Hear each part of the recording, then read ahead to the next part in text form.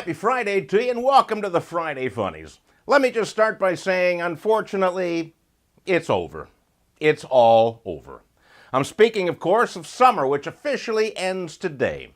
September 22nd is the end of summer and the beginning of fall. And to celebrate already today, I fell twice.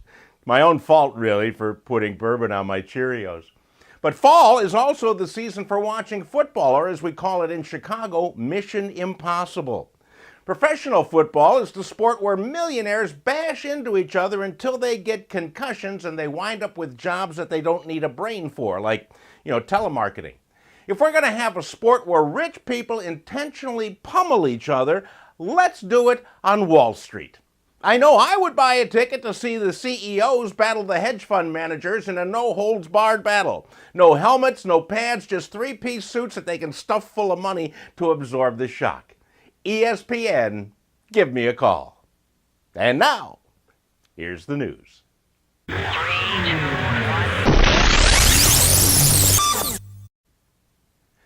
Fortunately, very few of us will ever plan our last meal because we never know when it's going to be. But if you are a convict facing execution, you get to order your own final repast.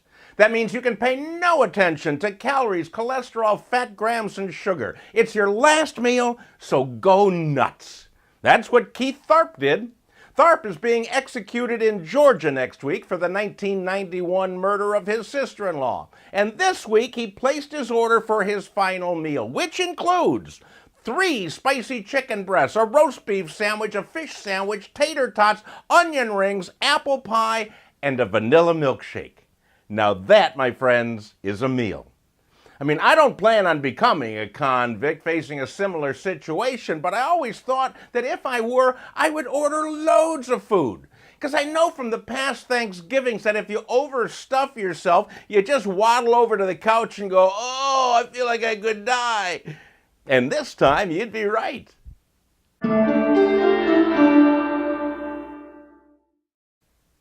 Researchers in the UK have reported that boys are better than physics than girls because they pee standing up. Apparently, boys learn about projectile motion by arcing their wee into the toilet bowl.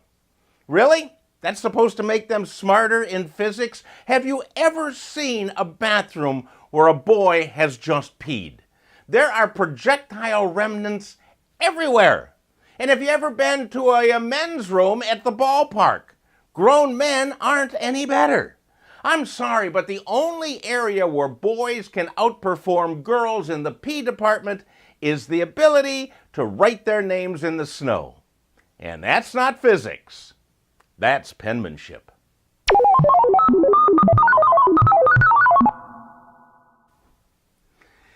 It was hard for me to believe that this next story did not happen in Florida. But it happened in Worms, Germany. That's the location of this WTF moment. The Worms Fire Department was called to a local health club to help a man who was injured by the weights. No, he didn't injure his back lifting them. He didn't drop a weight on his foot. He got stuck in the hole of a 5.5-pound free weight. Now here's the payoff. He got his willy stuck in the hole and couldn't get it out. Now what in the world would ever prompt a man to stick his wiener in the weight? That's beyond me. Maybe it was a dare. Maybe it was a new exercise regimen. Maybe he was just very lonely. But for whatever the reason, this guy apparently got excited and could not get the weight off of his manhood. It took firefighters 3 hours using a grinder and a hydraulic saw to free the man from the weight. Now, it would have taken far less time, but it's really hard to use a grinder and a hydraulic saw when you're laughing that hard. That's it for another week, my friends. I hope you had a good summer. Here's to an even better fall. And please, please, stay out of the weight room.